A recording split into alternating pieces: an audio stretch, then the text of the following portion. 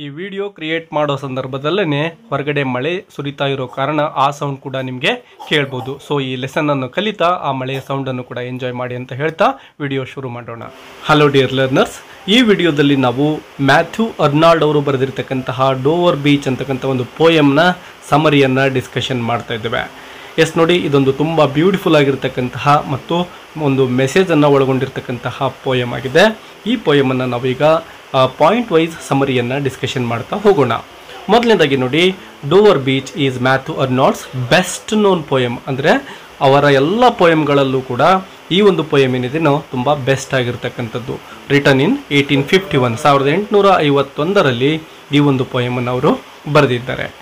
Dover is a city name in England. Yes, ಈ Dover ಅಂತಕ್ಕಂಥದ್ದು ಒಂದು ಪಟ್ಟಣದ ಹೆಸರಾಗಿದೆ ಮತ್ತು ಅದು ನೋಡಿ, it is famous for white cliffs. ಯಾವುದಕ್ಕೆ ಫೇಮಸ್ ಆಗಿದೆ ಅಂದರೆ ವೈಟ್ ಕ್ಲಿಫ್ಸ್ ಅಥವಾ ಕಲ್ಲು ಬಂಡೆಗಳು ಏನಿರ್ತಾವಲ್ವ ಅದಕ್ಕೆ ತುಂಬ ಫೇಮಸ್ ಆಗಿದೆ. ವೈಟ್ ಕಲ್ಲು ಬಂಡೆಗಳು ತುಂಬಾ ಇದ್ದಾವೆ ಅಲ್ಲಿ ಮತ್ತು ನೋಡಲಿಕ್ಕೆ ತುಂಬ ಬ್ಯೂಟಿಫುಲ್ ಆಗಿರ್ತಕ್ಕಂತಹ ಬೀಚ್ ಅದಾಗಿದೆ. The beach the poet is talking here lies between England and France. Yes, ಆ ಬೀಚ್ ಎಲ್ಲಿದೆಪ್ಪ ಅಂದರೆ ಇಂಗ್ಲೆಂಡ್ ಮತ್ತು ಫ್ರಾನ್ಸ್ ಈ ಎರಡೂ ದೇಶಗಳ ಮಧ್ಯದಲ್ಲಿ ಈ ಒಂದು ಬೀಚನ್ನು ನಾವು ಕಾಣಬಹುದಾಗಿದೆ. The poet is on the England side and is watching the coast of France. Yes, ನಮ್ಮ ಪೋಯಟ್ ಎಲ್ಲಿದ್ದಾರೆ ಅಂದರೆ ಇಂಗ್ಲೆಂಡ್ ಸೈಡ್ ನಿಂತ್ಕೊಂಡ್ಬಿಟ್ಟು ಅವರು ಆ ಒಂದು ಕೋಸ್ಟ್ ಅಥವಾ ಕರಾವಳಿಯನ್ನು ನೋಡ್ತಾ ಇದ್ದಾರೆ ಫ್ರಾನ್ಸ್ ಕಡೆ ದಿಕ್ಕಿನಲ್ಲಿ. The time is that of night. Yes, ಆಗ ಸಮಯ ಏನಾಗಿತ್ತಪ್ಪ ಅಂದರೆ ನೈಟ್ ಆಗಿರುತ್ತೆ. ಚಿತ್ರದಲ್ಲಿ ಗಮನಿಸಬಹುದು ನೀವು, ಒಂದು ಸಮುದ್ರವನ್ನು ಕಾಣ್ತಾ ಇದ್ದೇವೆ ನಾವು ಮತ್ತು ದೂರದಲ್ಲಿ ಬೆಳಕಿನ ಕಿರಣಗಳು ಕಾಣಿಸ್ತಾ ಇದ್ದಾವೆ, ಚಂದ್ರನ, ಮತ್ತು ಅದರ ಜೊತೆಗೆ ಇಲ್ಲಿ ಗಮನಿಸಬಹುದು ಒಂದು ಪಟ್ಟಣದ ಬೆಳಕು ಅಲ್ಲಿ ಕಾಣಿಸ್ತಾ ಇದೆ. ಇನ್ನು ಫಸ್ಟ್ ಸ್ಟಾಂಜಾದ ಸಮರಿಯನ್ನು ಈ ಪಾಯಿಂಟ್ ವೈಸ್ ನಾವು ನೋಡ್ತಾ ಹೋಗ್ತಾ ಇದ್ದೇವೆ. One night the speaker sits with his wife near the beach. Yes, ನಮ್ಮ ರೈಟರ್ ಏನನ್ನು ತೆಗೆದುಕೊಂಡಿದ್ದಾರೆ ಅಂದರೆ ಒಬ್ಬ ವ್ಯಕ್ತಿಯನ್ನು ತೆಗೆದುಕೊಂಡು ಅವರ ಬಗ್ಗೆ ಈ ಒಂದು ಪೋಯಮ್ ರೂಪದಲ್ಲಿ ಬರಿತಾ ಹೋಗ್ತಾ ಇದ್ದಾರೆ ಮತ್ತು ಆ ಪೋಯಮ್ನಲ್ಲಿರ್ತಕ್ಕಂತಹ ವ್ಯಕ್ತಿ ಇಲ್ಲಿರ್ತಕ್ಕಂತಹ ವಿಷಯಗಳನ್ನು ತನ್ನ ಪ್ರಿಯತಮೆ ಅಥವಾ ತನ್ನ ಹೆಂಡತಿ ಏನಿರ್ತಾಳೋ ಅವಳಿಗೆ ಹೇಳ್ತಾ ಹೋಗ್ತಾ ಇದ್ದಾನೆ. Yes, one night the speaker ಅಂದರೆ ಈ ಪೋಯೆಟ್ ಯಾರನ್ನು ಬಳಸ್ಕೊಂಡಿದ್ದಾರೋ ಆ ವ್ಯಕ್ತಿ ಏನು ಮಾಡಿರ್ತಾನೆ, ತನ್ನ ಹೆಂಡತಿಯ ಜೊತೆ ಆ ಬೀಚಲ್ಲಿ ಕೂತ್ಕೊಂಡು ಆ ಒಂದು ಬ್ಯೂಟಿಫುಲ್ ನೇಚರ್ನ ಅಬ್ಸರ್ವ್ ಮಾಡ್ತಾ ಇರ್ತಾನೆ. He is looking out over the English channel near the town of Dover. Yes, ಆ ಒಂದು ಡೋವರ್ ಪಟ್ಟಣದಲ್ಲಿ ನಿಂತ್ಕೊಂಡು ಆ ಒಂದು ಬೀಚ್ ಕಡೆ ಅವನು ನೋಡ್ತಾ ಇದ್ದಾನೆ. Both of them were enjoying the beauty of nature. ಇಬ್ಬರು ಕೂಡ ಅಂದರೆ ಗಂಡ ಹೆಂಡತಿ ಇಬ್ಬರು ಆ ಒಂದು ಬ್ಯೂಟಿಫುಲ್ ನೇಚರನ್ನು ಎಂಜಾಯ್ ಮಾಡ್ತಾ ಇದ್ದಾರೆ. They were looking the lights on the coast of France. Yes, ಆ ದೂರದಲ್ಲಿ ಕಾಣ್ತಕ್ಕಂತಹ ಲೈಟ್ಸ್ಗಳೇನಿದ್ವೋ ಅವುಗಳನ್ನು ಅವರು ಅಬ್ಸರ್ವ್ ಮಾಡ್ತಾ ಇದ್ದಾರೆ. Which is almost 20 miles away. Yes, ಅವರಿರ್ತಕ್ಕಂತಹ ಪ್ಲೇಸಿಂದ ಸುಮಾರು 20 ಮೈಲಿಗಳಷ್ಟು ದೂರದಲ್ಲಿ ಆ ಒಂದು ಲೈಟ್ಗಳು ಇವರಿಗೆ ಕಾಣಿಸ್ತಾ ಇರ್ತವೆ. The sea is quiet and calm. Yes, ಅದು ರಾತ್ರಿಯ ಸಮಯ ಆಗಿತ್ತು ಮತ್ತು ತುಂಬ ಪ್ರಶಾಂತವಾಗಿರ್ತಕ್ಕಂತಹ ವಾತಾವರಣ, ಅಲ್ಲಿ ಹಿತಕರವಾಗಿರ್ತಕ್ಕಂತಹ ವಾತಾವರಣ ಇರುತ್ತೆ. When the light over in France suddenly extinguishes, the speaker focuses on the English side. Yes, ಅವರು ಆ ಕಡೆ ನೋಡ್ತಾ ಇರೋ ಹಾಗೇನೆ ಆ ಒಂದು ಫ್ರಾನ್ಸ್ ಕಡೆ ಇರ್ತಕ್ಕಂತಹ ಲೈಟ್ಗಳು ಎಕ್ಸ್ಟಿಂಗ್ವಿಷ್ ಅಂದರೆ ನಿಧಾನಕ್ಕೆ ನಂದಿ ಹೋಗ್ತಾ ಇವೆ. ಅಂದರೆ ಅಲ್ಲಿರ್ತಕ್ಕಂತಹ ಜನಗಳು ಮಲಗ್ತಾ ಇದ್ದಾರೆ, ಅಲ್ಲಿ ತುಂಬ ನೈಟ್ ಆಗಿದೆ, ಹಾಗಾಗಿ ಅವರೆಲ್ಲ ಲೈಟ್ಗಳನ್ನು ಆರಿಸ್ಬಿಟ್ಟು ಮಲಗ್ತಾ ಇರ್ತಕ್ಕಂತಹ ಟೈಮ್ ಅದಾಗಿರುತ್ತೆ. The speaker focuses on the English side. ಈಗ ಅವರು ತಮ್ಮ ಒಂದು ಇಂಗ್ಲೀಷ್ ಸೈಡ್ ಅಂದರೆ ಇಂಗ್ಲೆಂಡ್ ಕಡೆ ಗಮನವನ್ನು ಕೊಡ್ತಾ ಇದ್ದಾರೆ. Which remains tranquil. ಬಟ್ ಅಲ್ಲಿರ್ತಕ್ಕಂತಹ ಲೈಟ್ಗಳು ಈಗಲೂ ಹೊಳಿತಾ ಇದ್ದಾವೆ. In the sweetness of the night air the narrator implores his lover to bear witness to the sound of the shore. ಇದೇ ಸಮಯದಲ್ಲಿ ತಮ್ಮ ಲವರ್ ಅಥವಾ ವೈಫ್ ಏನಿದ್ರೋ ಅವರಿಗೆ ಈ ಒಂದು ಸ್ಪೀಕರ್ ಏನಿದ್ರೋ ಒಂದು ವಿಷಯವನ್ನು ಹೇಳ್ತಾ ಇದ್ದಾರೆ. ಅದೇನಪ್ಪ ಅಂದರೆ the sound of the sure. ಆ ಒಂದು ಸಮುದ್ರದ ಅಲೆಗಳು ಬಂದು ಯಾವ ರೀತಿ ಆ ದಡಕ್ಕೆ ಅಪ್ಪಳಿಸ್ತಾ ಇದ್ವೋ ಅಂತಹ ಸೌಂಡನ್ನು ಕೇಳಿಸ್ಕೊ ಅಂತೇಳಿ ತನ್ನ ಒಂದು ಪ್ರಿಯತಮೆ ಅಥವಾ ಹೆಂಡತಿಗೆ ಹೇಳ್ತಾ ಇದ್ದಾರೆ. ಮತ್ತು ಅಲ್ಲಿರ್ತಕ್ಕಂತಹ sweetness of the night air, ತಂಗಾಳಿ ಏನಿರುತ್ತೋ ಅದರ ಬಗ್ಗೆಯೂ ಕೂಡ ಅವರು ಹೇಳ್ತಾ ಇದ್ದಾರೆ. He brings visual imagery for aural imagery. Yes, ನೋಡಿ, ತುಂಬ ಅದ್ಭುತವಾಗಿರ್ತಕ್ಕಂತಹ ಅಲ್ಲಿ ಬೆಳಕಿನ ಕಿರಣಗಳನ್ನು ಅವರು ತೋರಿಸ್ತಾ ಇದ್ದಾರೆ. Describing the grating roar of the pebbles being pulled out by the waves. Yes, ಆ ಒಂದು ಚಿತ್ರದಲ್ಲಿ ನೀವು ಗಮನಿಸಬಹುದು. ಪೆಬ್ಬಲ್ಸ್ ಅಂದರೆ ಬೆಣಚು ಕಲ್ಲುಗಳು ಅಂತೇಳಿ ನಾವು ಅರ್ಥ ಮಾಡ್ಕೋಬೇಕು. ಈ ಬೆಣಚು ಕಲ್ಲುಗಳು ಆ ಸಮುದ್ರದ ಅಲೆಗಳು ದಡಕ್ಕೆ ಬಂದು ಅಪ್ಪಳಿಸ್ತಾ ಇದ್ವಲ್ವಾ, ಅದೇ ಸಮಯಕ್ಕೆ ಈ ಕಲ್ಲುಗಳು ಮುಂದಕ್ಕೆ ಬರ್ತಾ ಇದ್ವು ಮತ್ತು ಸಮುದ್ರದ ಅಲೆಗಳು ಹಿಂದಕ್ಕೆ ಹೋದಾಗ ಆ ಅಲೆಗಳ ಜೊತೆಲೆ ಈ ಒಂದು ಕಲ್ಲುಗಳು ಕೂಡ ಹಿಂದೆ ಸಾಗ್ತಾ ಇದ್ವು. ಹೀಗೆ ಅವು ಪರಸ್ಪರ ಒಂದು ಘರ್ಷಣೆಯನ್ನು ಅಲ್ಲಿ ಉಂಟು ಮಾಡ್ತಾ ಇದ್ವು. ಹಾಗಾಗಿನೇ ಗ್ರೇಟಿಂಗ್ ರೋರ್ ಅಂತಕ್ಕಂಥ ಒಂದು ಪದವನ್ನು ಇಲ್ಲಿ ಪೋಯೆಟ್ ಬಳಸ್ತಾ ಇದ್ದಾರೆ. ಅಂದರೆ ಅವುಗಳ ಸೌಂಡ್ ಅಲ್ಲಿ ಒಂದಕ್ಕೊಂದು ಉಜ್ಜತಕ್ಕಂತಹ ಸೌಂಡ್ ಅಲ್ಲಿ ಕೇಳಿಸ್ಕೊಳ್ಬಹುದಾಗಿತ್ತು. In the sweetness of the night air, the narrator implores his lover to bear witness to the sound of the shore. ಈ ಒಂದು ಸೌಂಡನ್ನೇ ಕೇಳಿಸ್ಕೊ ಅಂತೇಳಿ ತನ್ನ ಒಂದು ಪ್ರಿಯತಮಿಗೆ ಅವರು ಹೇಳ್ತಾ ಇದ್ದಾರೆ. The water repeats this process over and over again, upturning the pebbles and never ceasing.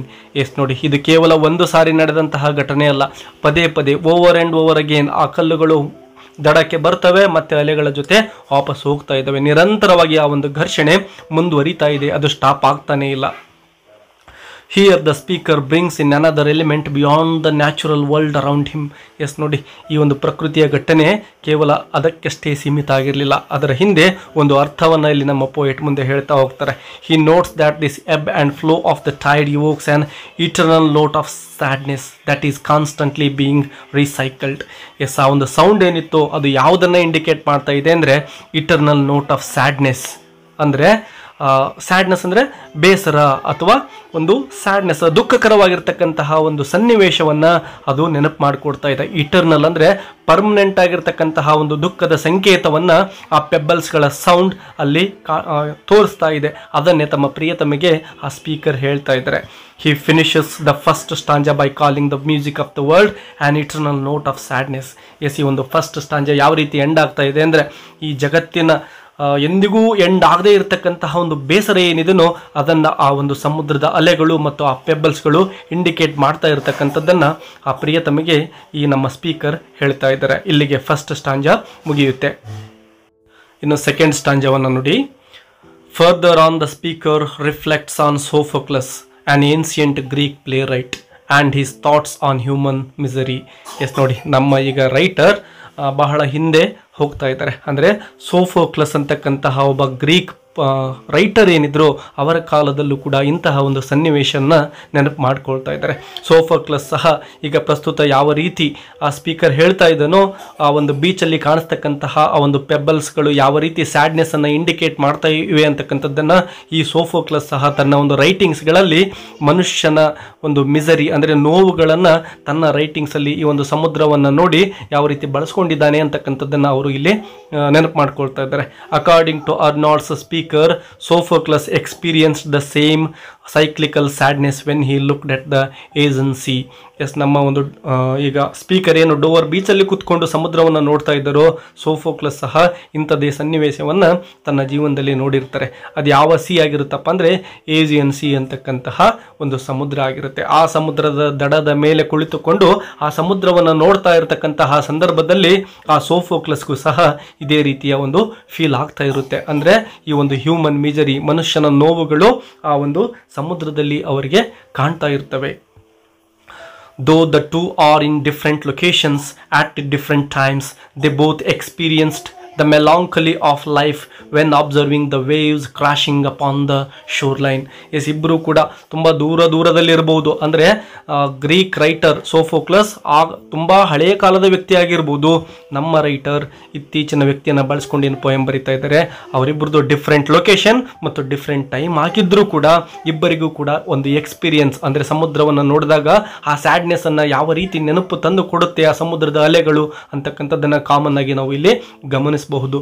ಮೆಲಾಂಕಲಿ ಅಂದರೆ sadness ಅಂತೇಳಿ. ಸೊ ಆ ಒಂದು ಬೇಸರವನ್ನು ಇಬ್ಬರು ರೈಟರ್ಗೆ ಆ ಅಲೆಗಳು ತೋರಿಸಿಕೊಡ್ತಾ ಇವೆ. ಇನ್ನು third ಸ್ಟಾಂಜಾ. Then he introduces the poem's main metaphor and suggests that faith is fading from the society as the tide is from the shore. ಯಾವ ರೀತಿ ಆ ಟೈಡ್ ಅಥವಾ ಉಬ್ಬರ ವಿಳಿತ ಅಂತ ನಾವು ಕರಿತೇವೆ. ನೈಟ್ ಆದ ಹಾಗೆ ಆ ಉಬ್ಬರ ವಿಳಿತ ಕಡಿಮೆ ಆಗ್ತಾ ಹೋಗುತ್ತೆ. ಅಂದರೆ ಸಮುದ್ರದ ಮಟ್ಟ ಭೂಮಿಯಿಂದ ದೂರ ಸರಿತಾ ಹೋಗುತ್ತೆ. ಅದೇ ರೀತಿಯೇ ಮನುಷ್ಯನ ನಂಬಿಕೆಗಳು ಅಂದರೆ ಆಚಾರ ವಿಚಾರಗಳಿರ್ಬೋದು, ಇವೆಲ್ಲ ದಿನದಿಂದ ದಿನಕ್ಕೆ ಕುಸಿತಾ ಹೋಗ್ತಾ ಇವೆ ಅಂತಕ್ಕಂಥದ್ದನ್ನು ಒಂದು ಮೆಟಾಫರ್ ಆಗಿ ನಮ್ಮ ರೈಟರ್ ಇಲ್ಲಿ ಇಂಟ್ರೊಡ್ಯೂಸ್ ಮಾಡ್ತಾ ಇದ್ದಾರೆ. Next point, the speaker expresses this downfall of the faith through melancholy diction.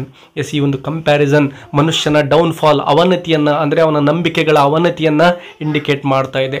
ದೂರ ಸರಿತಕ್ಕಂತಹ ಆ ಒಂದು ಸಮುದ್ರ ಮಟ್ಟ ಮನುಷ್ಯನ ಒಂದು ಏನು ಅವನ ವಿಚಾರಗಳಿಂದ ದೂರ ಸರಿತಾ ಇದನೋ ಅದನ್ನು ತೋರಿಸಿಕೊಡ್ತಾ ಇದೆ. ಮೆಲಾಂಕಲಿ ಡಿಕ್ಷನ್ ಅಂದರೆ ಬೇಸರದಲ್ಲಿನೇ ನಮ್ಮ ರೈಟರ್ ಆ ಒಂದು ಸ್ಪೀಕರ್ ಜೊತೆ ಈ ಮಾತುಗಳನ್ನು ಹೇಳಿಸ್ತಾ ಇದ್ದಾರೆ.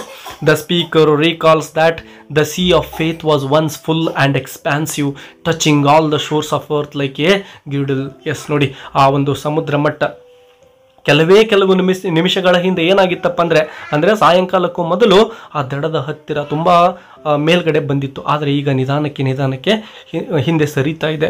ಅರ್ಥನ ಒಂದು ಗಿರಿಡಲ್ ಅಂದರೆ ರಕ್ಷಾ ಕವಚದ ತರಹ ಸುತ್ತುವರೆದಂತಹ ಆ ಸಮುದ್ರ ಈಗ ಹಿಂದೆ ಸರಿತಾ ಇದೆ. ಅಂದರೆ ಮನುಷ್ಯನ ಹಳೆಯ ನಂಬಿಕೆಗಳು, ಆಚಾರ ವಿಚಾರಗಳು ಅವನಿಗೆ ರಕ್ಷಾ ಕವಚವಾಗಿದ್ವು. ಈಗ ಮನುಷ್ಯ ಆಧುನಿಕ ಕಾಲದ ಪ್ರಭಾವದಿಂದಾಗಿ ಇಂತಹ ನಂಬಿಕೆಗಳಿಂದ ದೂರ ಹೋಗ್ತಾ ಇದ್ದಾನೆ, ಅವನು ತನ್ನ ನಾಶವನ್ನು ಹತ್ತಿರ ಮಾಡ್ಕೊಳ್ತಾ ಇದ್ದಾನೆ ಅಂತಕ್ಕಂಥದ್ದನ್ನು ಪೋಯೆಟ್ ಇಲ್ಲಿ ಇಂಡೈರೆಕ್ಟ್ ಆಗಿ ಹೇಳ್ತಾ ಇದ್ದಾರೆ. It seems this is no longer the case. The speaker can only witness the sadness and retreat of this expansiveness.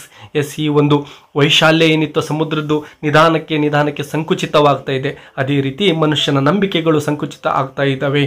ಅದರಿಂದಾನೇ ಈ ಸ್ಯಾಡ್ನೆಸ್ ಅಂತಕ್ಕಂಥದ್ದು ಜಗತ್ತನ್ನು ಆವರಿಸ್ತಾ ಇದೆ ಅಂತೇಳಿ ಇಲ್ಲಿ ರೈಟರ್ ಹೇಳ್ತಾ ಇದ್ದಾರೆ. This is a reference to religion and the ever growing role of science in society. ಮೊದಲಿಗೆ ಹೇಳಿದಾಗೆ ಈಗ ಸೈನ್ಸ್ ಏನು ಮುಂದುವರಿತಾ ಇದೆಯೋ, ಟೆಕ್ನಾಲಜಿ ಅಡ್ವಾನ್ಸ್ ಆಗ್ತಾ ಇದೆಯೋ, ಇದರಿಂದನೇ ನಂಬಿಕೆಗಳ ಕುಸಿತ ಆಗ್ತಾ ಇದೆ ಅಂತಕ್ಕಂಥದ್ದನ್ನು ಸ್ಪೀಕರ್ ಬಾಯಲ್ಲಿ ನಮ್ಮ ರೈಟರ್ ಹೇಳ್ತಾ ಇದ್ದಾರೆ. ಇನ್ನು ಕೊನೆಯ ಸ್ಟಾಂಜಾ. In the final stanza, the speaker directly addresses his beloved wife who sits next to him. ಈಗ ಸ್ಪೀಕರ್ ಏನಿದ್ರು ತಮ್ಮ ಪಕ್ಕದಲ್ಲೇ ಇರತಕ್ಕಂತಹ ಹೆಂಡತಿಗೆ ಇನ್ನೂ ಒಂದಿಷ್ಟು ವಿಷಯಗಳನ್ನು ಹೇಳ್ತಾ ಇದ್ದಾರೆ. ಏನು ಹೇಳ್ತಾರೆ ನೋಡಿ. Asking that they always be true to one another and to the world that is laid out before them. Yes, ಇಲ್ಲಿಯವರೆಗೂ ನಿನ್ನನ್ನು ನಾನು ನಂಬಿದ್ದೇನೆ ಮತ್ತು ನನ್ನನ್ನು ಸಹ ನೀನು ತುಂಬಾ ನಂಬಿದ್ದೀಯಾ. ನಾವಿಬ್ಬರು ಕೂಡ ಒಬ್ಬರಿಗೊಬ್ಬರು ನಂಬಿಕೆಯ ದ್ರೋಹದ ಕೆಲಸಗಳನ್ನು ಮಾಡಿಲ್ಲ ಅಂತೇಳಿ ತನ್ನ ಹೆಂಡತಿಗೆ ಅವರು ಹೇಳ್ತಾ ಇದ್ದಾರೆ. ಆದರೆ ಇದರ ಜೊತೆಗೆ ಅವರು ಜಗತ್ತಿನ ಬಗ್ಗೆ ಇನ್ನೊಂದು ಅಂಶವನ್ನು ಹೇಳ್ತಾರೆ. ಏನು ಹೇಳ್ತಾರೆ ಅಂತಕ್ಕಂಥದ್ದನ್ನು ನೆಕ್ಸ್ಟ್ ಪಾಯಿಂಟಲ್ಲಿ ನೋಡಿ. He however that the world's beauty is only an illusion. Yes, ಈ ಜಗತ್ತಿನಲ್ಲಿ ಏನು ಕಾಣ್ತಾ ಇದೆಯೋ ಬ್ಯೂಟಿ, ಇದು ಕೇವಲ ಒಂದು ಇಲ್ಯೂಷನ್ ಅಥವಾ ಭ್ರಮೆ ಆಗಿದೆ, ಇದು ಸತ್ಯ ಆಗಿರೋದಿಲ್ಲ. ಇದರಿಂದ ಅಪನಂಬಿಕೆ ಅಂತಕ್ಕಂಥದ್ದು ಇರುತ್ತೆ. Since it is in fact a battlefield full of people fighting in absolute darkness. Yes, ಕತ್ತಲಲ್ಲಿ ಹೋರಾಟ ಮಾಡತಕ್ಕಂತಹ ಬ್ಯಾಟಲ್ ಫೀಲ್ಡ್ ಅಂದರೆ ಯುದ್ಧ ಭೂಮಿಯಾಗಿದೆ. ಜನಗಳು ಒಬ್ಬರಿಗೊಬ್ಬರು ಯಾವ ರೀತಿ ಅನೇಕ ಗೊಂದಲಗಳಲ್ಲಿ ತೊಡಗಿದ್ದಾರೆ. ಇಲ್ಲಿರ್ತಕ್ಕಂಥವರನ್ನು ಯಾರನ್ನೂ ಕೂಡ ನಂಬೋ ಹಾಗಿಲ್ಲ, ನಂಬಿಕೆ ದ್ರೋಹಿಗಳಿದ್ದಾರೆ. ಹಾಗಾಗಿ ನಾನು ನಿನ್ನನ್ನು ನಂಬ್ತೇನೆ, ನೀನು ನನ್ನನ್ನು ನಂಬು. ನಮ್ಮ ನಂಬಿಕೆಗಳು ಮಾತ್ರ ಶಾಶ್ವತ, ನಮ್ಮಿಬ್ಬರನ್ನು ಬಿಟ್ಟು ಬೇರೆಯವರನ್ನ ನಂಬೋದು ತುಂಬಾ ಕಷ್ಟ ಅಂತಕ್ಕಂಥದ್ದನ್ನು ತನ್ನ ಒಂದು ವೈಫ್ಗೆ ಈ ಒಂದು ಜಗತ್ತಿನ ಸತ್ಯದ ಅರಿವನ್ನು ಕೂಡ ಇಲ್ಲಿ ಸ್ಪೀಕರ್ ಹೇಳ್ತಾ ಹೋಗ್ತಾರೆ. ಎಸ್ ಡಿಯರ್ ಲರ್ನರ್ಸ್, ಈ ರೀತಿಯಾಗಿ ಈ ಒಂದು ಡೋರ್ ಬೀಚ್ ಅಂತಕ್ಕಂಥದ್ದು ಒಂದು ಪ್ರಕೃತಿಯ ವರ್ಣನೆಯ ಜೊತೆಗೆ ಮನುಷ್ಯನ ಒಂದು ನಂಬಿಕೆಗಳು ಯಾವ ರೀತಿ ಕುಸಿತಾ ಇದ್ದಾವೆ ಅಂತಕ್ಕಂಥದ್ದನ್ನು ಕೂಡ ಪೋಯೆಟ್ ತುಂಬಾ ಬ್ಯೂಟಿಫುಲ್ ಆಗಿ ಪ್ರೆಸೆಂಟ್ ಮಾಡಿದ್ದಾರೆ. ಎಸ್, ಈ ವಿಡಿಯೋ ನಿಮಗೆ ಹೆಲ್ಪ್ ಆಗಿದ್ದರೆ ಒಂದು ಲೈಕ್ ಕೊಡೋದನ್ನು ಮರಿಬೇಡಿ. ಇದೇ ರೀತಿ ಹೆಚ್ಚಿನ ಲಿಟ್ರೇಚರ್ ವಿಡಿಯೋಗಳನ್ನು ನೋಡಬೇಕು ಅಂದರೆ ಈ ಚಾನಲ್ ಸಬ್ಸ್ಕ್ರೈಬ್ ಮಾಡ್ಕೊಳ್ಳಿ ಅಂತ ಹೇಳ್ತಾ ಇಲ್ಲಿಗೆ ವಿಡಿಯೋ ಮುಗಿಸೋಣ. ಮತ್ತೆ ಸಿಗೋಣ. Until take care and keep learning. Bye.